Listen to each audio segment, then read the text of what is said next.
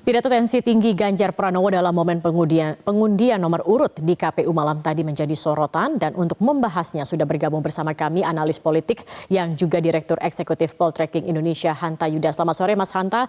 Mas Hanta, menarik begitu ya, dari tiga pasangan Capres-Cawapres mungkin pidato Ganjar yang kemudian mencuri perhatian dengan ada sedikit sindiran di situ begitu ya. Nah, kalau kita melihat apa sebenarnya yang ingin ditunjukkan Ganjar dari pidatonya itu, Mas?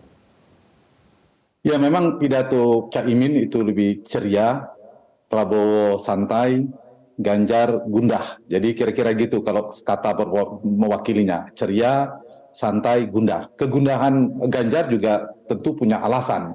Dan apa yang ingin dipesan yang dikirimkan, pertanyaan Zakia tadi, saya kira ada tiga hal catatan saya. Satu, ini pidato sindiran. Sindiran kepada siapa? Tapi sindirannya terlalu terang ya, sudah tidak tersirat lagi, sudah tersurat. Ditujukan tentu kepada pasangan kompetitor lainnya, yaitu kepada pasangan Prabowo Gibran. Dalam hal ini khususnya wabil khusus kepada Pak Jokowi yang berada di belakangnya sebagai kingmaker yang sedang berkuasa saat ini. Ditujukan itu tentu kecurigaan atau sindiran dari Ganjar Pranowo. Yang kedua, saya ingin membaca pidato setelah pidato sindiran ini, pidato perpisahan.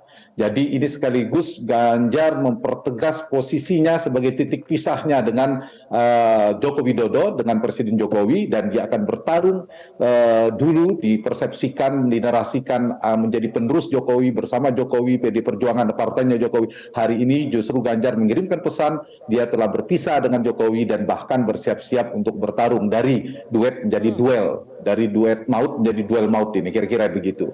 Nah, yang ketiga, saya kira pidato Ganjar ini juga dibaca sebagai mengambil setelah menentukan posisinya sudah berpisah adalah mengambil posisi diametral. Jadi kalau sebelumnya kita sering mengistilahkan bahwa Ganjar ini juga menjadi bagian dari keberlanjutan, meneruskan, sepertinya dengan pidato tadi malam Ganjar sudah lebih terang, lebih jelas ingin mengambil posisi pada bukan keberlanjutan. Meskipun perubahan sudah milik Anies Baswedan.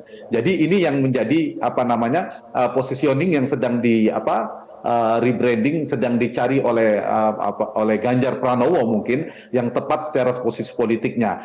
Tapi apapun Zakia, dari ketiga kandidat tadi malam yang di pidatonya Pak Muhaimin, Pak Ganjar maupun Pak Prabowo, ada satu simpul yang sama, yaitu mereka semua menjadikan ini sebagai menginginkan pemilu yang demokratis, yang jujur dan adil, yang berintegritas. Saya kira itu yang harus kita dukung semuanya. Jadi pembelahannya sudah bergeser. Kalau dulu kan kita mengenal ada istilah, mohon maaf, istilah cebong kampret lah, kemudian ada istilah Islam anti-Islam lah, dan seterusnya.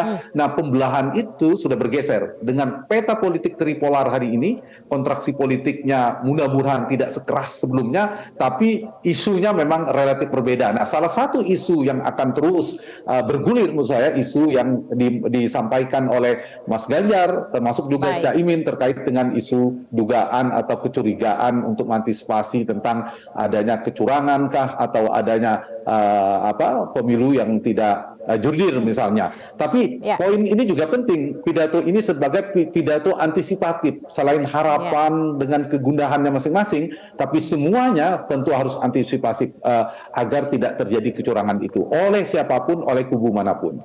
Baik, Mas Hanta, artinya yang disampaikan oleh Ganjar bahwa terkait ada KKN di demokrasi Indonesia ini memang ada basicnya begitu ya, memang ada latar belakangnya begitu ya, Mas ya. Tapi ini kemudian dibalas dengan ini hanya merupakan bentuk ketakutan akan majunya Gibran begitu. Nah, ini bagaimana Mas Hanta melihat balasan begitu atau komentar yang kemudian dilontarkan terkait dengan pidato dari Ganjar itu sendiri?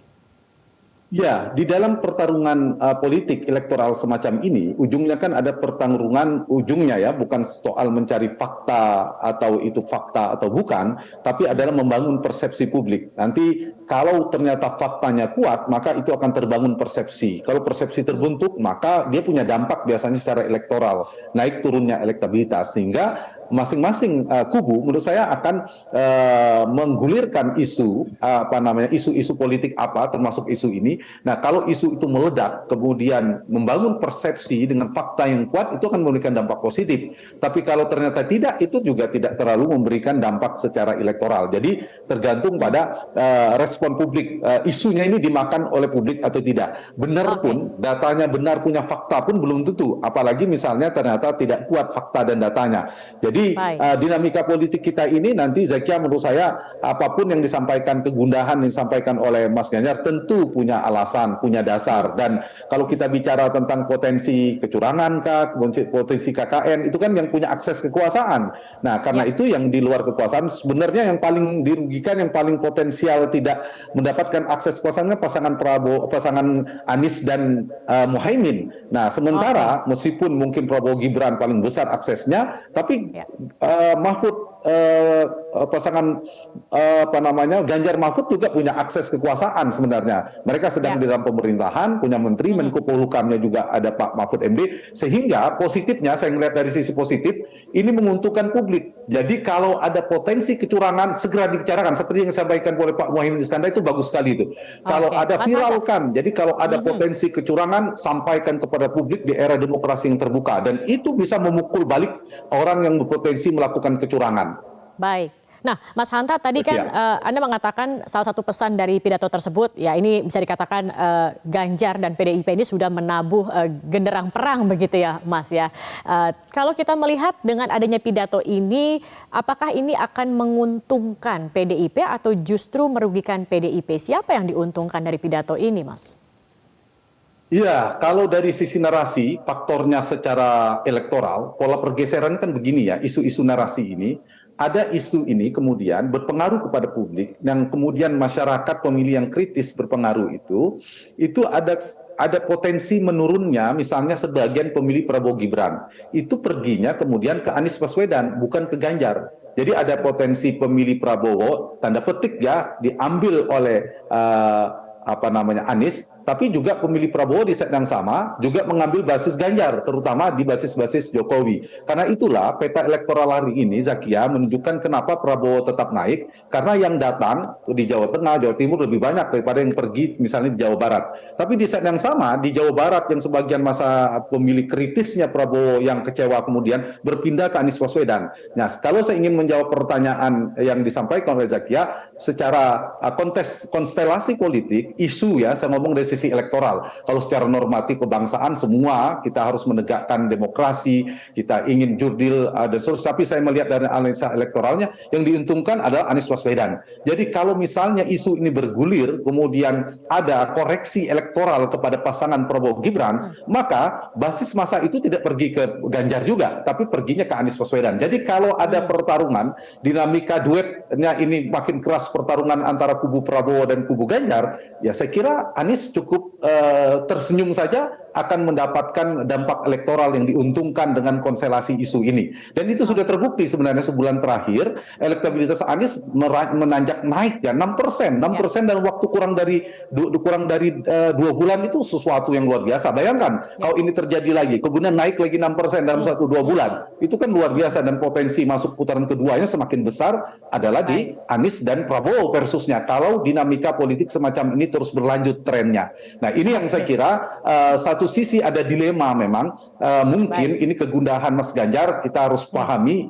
ya itu yang dirasakan ada, tapi dari sisi politik ini tidak menguntungkan sebenarnya bagi Mas Ganjar, karena tidak dapat juga mendapatkan insentif secara elektoral. Justru yang mendapatkan insentif elektoral adalah Mas Anies seperti saya katakan tadi, dan tidak semua masyarakat, ternyata sebagian juga permisif dengan isu-isu ini gitu. Nah, saya kira perlu dipikirkan setelah ini. Satu sisi harus mengontrol ketat, jangan sampai ada kecurangan, jangan sampai ada abuse of power. Semua memastikan bahwa pemilu berjalan dengan demokratis, transparan, jurdil, satu sisi. Tapi sisi yang lain sama yang disuarakan, harus ditarungkan gagasan, programnya, isu-isu tentang rekam jejak dan sebagainya. Jadi mulai ini ya, mulai mencari faktor-faktor yang bisa menaik turunkan elektabilitas seperti performa elektoral nanti, Zakia. Ini faktor yang sangat menentukan ini. Bagaimana di debat performa Anies di DKI, kita ingat ya, Anies itu kenaikan salah satu faktor debat di Pilkada DKI. Nah, Prabowo dan Ganjar juga harus memanfaatkan forum-forum debat. Performa elektoral kandidat itu penting naik turunnya. Yang kedua adalah isu-isu yang bergulir. Kalau ada isu yang meledak itu bisa naik dan turun juga, termasuk isu yang kita bahas sore hari ini. Yang ketiga adalah program-program yang masuk ke relung hati masyarakat. Itu juga faktor yang akan naik turunnya elektabilitas. Dan terakhir keempat adalah bagaimana bekerjanya efektif atau tidak mesin-mesin politik pengepul suara seperti partai, figur-figur kuat dan lain sebagainya. Itu jauh lebih penting menurunkan turun naiknya ya, selain isu yang kita bahas tadi, Zakia. Baik, semakin menarik begitu ya Mas Hanta, tentu kita ingin tahu juga kemudian bagaimana perkembangan dari dinamika ini sendiri. Kita akan lihat seperti apa pertarungan ketiganya. Terima kasih Mas Hanta Yuda sudah bergabung bersama kami di Metro hari ini. Jelajahi cara baru mendapatkan informasi. Download Metro TV Extend sekarang.